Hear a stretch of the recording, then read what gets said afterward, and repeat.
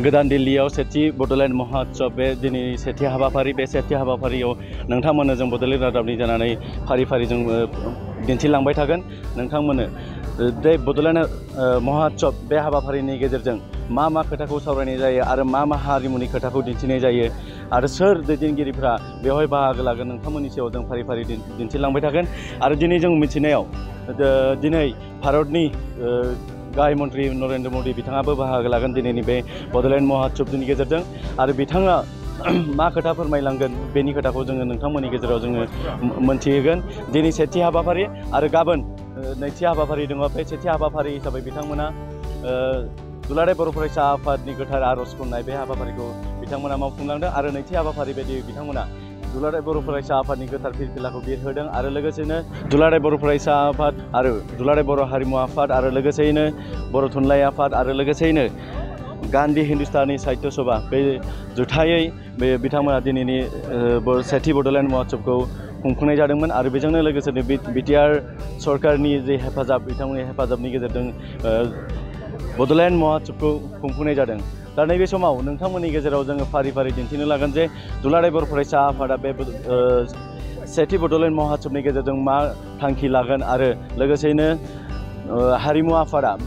बे हारिमुनि गेजेरजों बर' हारिमुनि गेजेरजों मा दिन्थिलांगोन नोंथांमोननि गेजेराव जोङो फारि फारि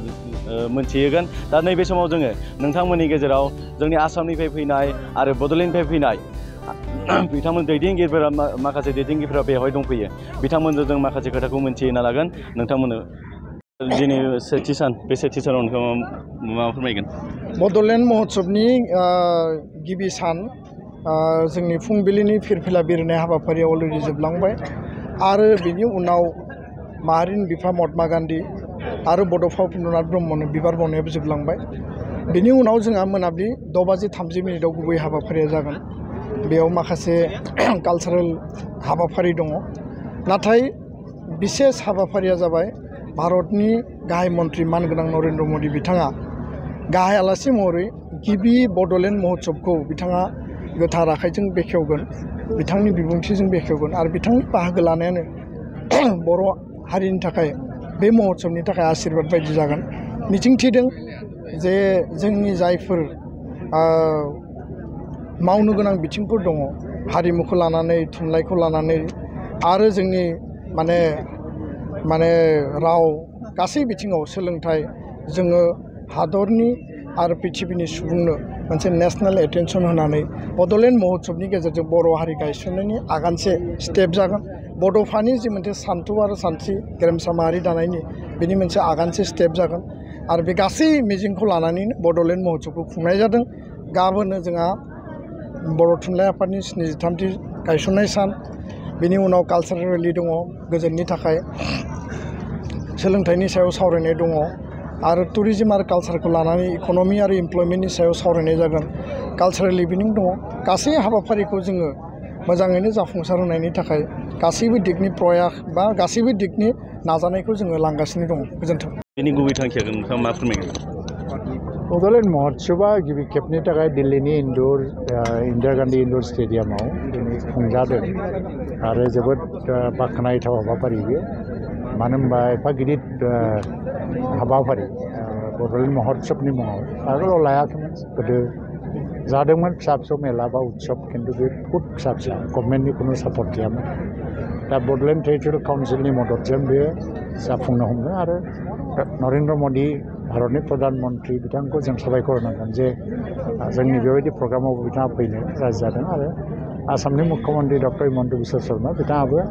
जेरै हायो मदद होनानै बेखौ जाफुंसार खालामदों। बिनि ओंथिया बेनो जे बड'लेण्डनि सोमोन्दै जों मिथिहोनांगौ। जोंहा बाहाय गुबुन गुबुन हारिनि हारिमु थायो, परम्परा दङ। दा बड' हारिमुवाबो बेसेबां रिच आरो बेसेबां रिच परम्परा जोंनाव दङ बेबो दिनैहाय मिथिहोनांगौनि बाथ्रा। लोगोसेयैनो बड'लेण्ड ओनसोलाव दे सान्थि फैबाय आरो बे ओनसोलनि मानसिफ्रा दा मा सानो, बेनि इयुथ्सफ्रा दा मोनसे फिउचारिस्टिक सिन्थाजों आवगायगासिनो दं। दा प्रफेसनेल इडुकेसननि बाथ्रा बुङो, इक'नमिनि बाथ्रा बुङो, एमप्लयमेन्टनि बाथ्रा बुङो आरो दिनै खालि गभर्नमेन्टनिफ्रायल' लुबैया बिनि इयुथ्सफ्राबो गभर्नमेन्टनोबो कन्ट्रिबिउसन होनो लुबैयो। थ' बेबायदि मोनसे चेन्जसो फैदों बे ओनसोलनि मानसिफ्रा। थ' बेहाय मोनसे एक्सचेन्ज अफ आइडियानि गेजेरजों बेखौ जों मिथिहोनो हागोन आरो नरेन्द्र मदिया बाव फैनाय लोगो लोगोनो एक्स हेन्डेल बा फेसबुक बायदिसिना ससियेल मिडिया आरो भिन्न टेलिभिजन मिडिया बेनि गेजेरजों दिनै गासै पृथिबिया मिथिगोन दिनै मा जागासिनो दं आरो बेखौ मिथिनो जों दासिम इन्टारेस्ट जाबावगोन मानसिफ्रा थ' बेनिखायनो दिनैनि बे हाबाफारिनि गेजेरजों जोङो बड'लेण्डनि सोमोन्दै गोबां बाथ्रा फोसावनो हागोन गासै बिश्वआवनो आं बेखौ मोजां मोनो आरो बे हाबाफारिया मोजां जाफुंथों आं बेखौनो आसा खालामो बड'लेण्ड महत्सबनि गेजेरजों बर' जाथि बा आसाम बा बड'लेण्डआव माबायदि गोहोम गोग्लैगोन होनना सानना लायो नोंथाङा बड'लेण्ड महत्सबा ओरैबायदि जे जोङो सोमावसारबोबाय जोंनि मोन्थाइखौ मोननो फ्रायनो जों मोनबाय जोंनि अस्तित्व थामोनथाखौ रैखाथि होनो थाखाय जों जुजिबोबाय जों रैखाथिबो होबाय खिन्थु जोंहा मा दं बेखौबो खिन्थानांगौ मानसिफोरनो दा बेफोर मोनसे अपरचुनिटि बेखौ खिन्थानायनि दिन्थिफुंनायनि आरो बेनि गेजेरजों बर'फोरखौ गुवारसिनै जोङो फोसावनो हागोन लोगोसेयैनो खोथाया जाहैबाय मा जोंबादि हारिया इसेबां गिदिर लेभेलाव मोनसे प्रग्राम अर्गानाइज खालामनायाबो बियन इमाजिनेसनमोन मोनसे समाव हायो होननानैबो जों सानामोन खारन आंहा गोसोआव दं आं जेला एबसुनि प्रेसिडेन्टमोन हिमाचल भवनाव मोनसे बेबायदि मेला मोनसे आयोजन खालामदोंमोन आं बेयावबो फ्राय अल कम्पनेन्टफोर दंमोन आरो बे हिमाचल भवननि आयोजनाव मोनसे एक्जिबिसनबो 7 दिननि हेन्डलुम टेक्सटाइल दख'ना आर'नाइ जथेस्थ' इम्पेक्ट गोलैदों खिन्थु जोङो बेबायदि एफा बुरजा मानसि लाबोनो हायाखै बाहाय खुब बेसि 500-600 मानसि फैदोंमोन आरो जों पाब्लिसिटिफ्राबो लिमिटेड जादोंमोन खिन्थु दिनै जि बे नेसनेल इन्टारनेसनेल लेभेलावबो जि मोनसे पाब्लिसिटि जानो थांगासिनो बेयो हारियाव गोबां स्ट्रेंथ खालामदों थेंक इउ सार बर'फोरा मा फोरमायनो नागिरदों थारैनो बड'लेण्ड महत्सबनि गेजेरजों बर' आइ आफा रायजो राजाफ्रा जथेस्थ' थुलुंगा मोनगोन खारन बेवहाय भारतनि गाहाय मन्त्रि नरेन्द्र मदि बिथाङा फैगोन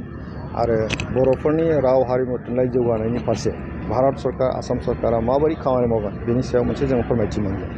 दा जोंनि बिटिसिआव प्रमद बर' बिथांनि दैदेननाय आसामाव डक्टर हिमन्त बिश्व शर्मा बिथांनि दैदेननाय भारतआव जितु नरेन्द्र मदि बिथांनि दैदेननायजों मोनथाम सरकारा दिनै खामानि मावगासिनो दङ दा बेबायदि बुब्लियावहाय जोंनि बड'लेण्डआव थानाय आइ आफा रायजो राजाफ्रा जौगानाय आरो गोजोनखौ लानानै जों दिनै खामानि मावगासिनो दं गोदो आन्दलननि थाखाय जों दिल्लीयाव फैदोंमोन नाथाय दा आन्दलना गैला दा जों जौगानाय सान्थिखौ लानानै खामानि मावगासिनो दङ दिनै जों बड'लेण्ड महत्सबखौ खुंदों जोंनि सान्थि जौगानाय आरो जोंनि खौसेथिखौ लानानै बेवहाय जोंनि भारतनि गेदेमा बिथांमोना बाहागो लागोन जोंनि बर'नि गेदेमा बिथांमोनाबो बाहागो लागोन मोजां मोनसे सावरायलायनाय जागोन जोंनि राव हारिमु थुनलाइ जौगानायनि फारसे थ' गतिके बे हाबाफारिया जोंनि बर'फोरनि थाखाय मोनसे जारिमिनारि जाथाय आरो बेजों जों जथेस्थ' लाब जागोन गोदान दिल्ली बे गोदान दिल्लीयाव बर'फोरा बड'लेण्ड महत्सब बे महत्सबखौ खुंफुंदों बे गोदान दिल्लीयाव बड'लेण्ड महत्सब खुंनाया सेथि सान दिनै बे सेथियाव बे महत्सबखौ खुंफुंदों दुलाराय बर' फरायसा आफाद बर' थुनलाइ आफाद दुलाराय बर' हारिमु आफाद लोगोसेनो गान्धी हिन्दुस्तानी साहित्य सभा बे जुथायै मोनब्रै आफादा दोलो नांनानै खुंफुंनाय जादों आरो लोगोसेनो बे हाबाफारियावनो बिटिआर सरकाराबो हेफाजाब होफादों बे हेफाजाब होफानायाव बर'फोरनि जिखिनि हारिमु राव थुनलाइ सोलोंथाइ गासिबो बिथिंखौ लानानै बे हाबाफारिनि गेजेरजों सावरायनाय जागोन होननानै दैदेनगिरि बिथांमोना बुंथिदों आरो लोगोसेनो बे हाबाफारिनि गेजेरजों दिनैहाय भारतनि गाहाय मन्त्रि नरेन्द्र मदि बिथाङाबो दिनै बाहागो लागोन आरो बे बाहागो लानायाव बिथाङा दैदेनगिरिफोरा बुंथिनाय बायदिब्ला बे हाबाफारिनि गेजेरजों नरेन्द्र मदि बिथाङा गोजोन सान्थि गायसननायनि खोथानि सायाव सावरायगोन होननानै बुंदों आरो लोगोसेनो बर'फोरनो जिखिनि आसाम एबा बड'लेण्डआव जिखिनि बर'फोर दङ बे बर'फोरनि गेजेराव मोनसे गोजोन सान्थि गायसननायनि खोथाखौ बिथाङा खोथा होगोन होननानै बुंदों आरो जौगानायनि फारसे खामानि मावगोन होननानै बिथाङा बुंथिदों आरो आसाम बा बड'लेण्डआव थानायनि अनगायैबो भारत हादराव जेसेबांनिखि खना खनला जायगायाव बर'फोर दङ बा बर' सुबुंफोर दङ बिथांमोननोबो मोनसे गोजोन जौगानायनि मोनसे खोथा होगोन होननानै बिथाङा बुंदों जों मोनथिना लागोन जे बे सेथि बड'लेण्ड महत्सबाव गिबि खेबनि थाखाय भारतनि गाहाय मन्त्रि नरेन्द्र मदि बिथाङा बाहागो लागोन बे जोंनि बर'फोरनि थाखाय मोनसे गोग्गाथाव खोथा होननानै जोङो बुंना लानो हानांगोन मानो होनबा बेफोरबायदि दिल्ली बा गोदान दिल्ली राजधानियाव बड'लेण्ड महत्सब खुंफुंनाया एसेबां गोरलैबो नङा बेनिखायनो बे हाबाफारिनि गेजेरजों गोबां बर'फोरा जौगानायनि फारसे हारिमुखौ गोजौ फारसे दिन्थिलांनायनि सायाव खोथा बाथ्राफोरखौ सावरायगोन आरो मुलुग दरबाराव हारिमुखौ सोलोंथाइखौ बर'नि सोद्रोमथिखौ दिन्थिफुंगोन।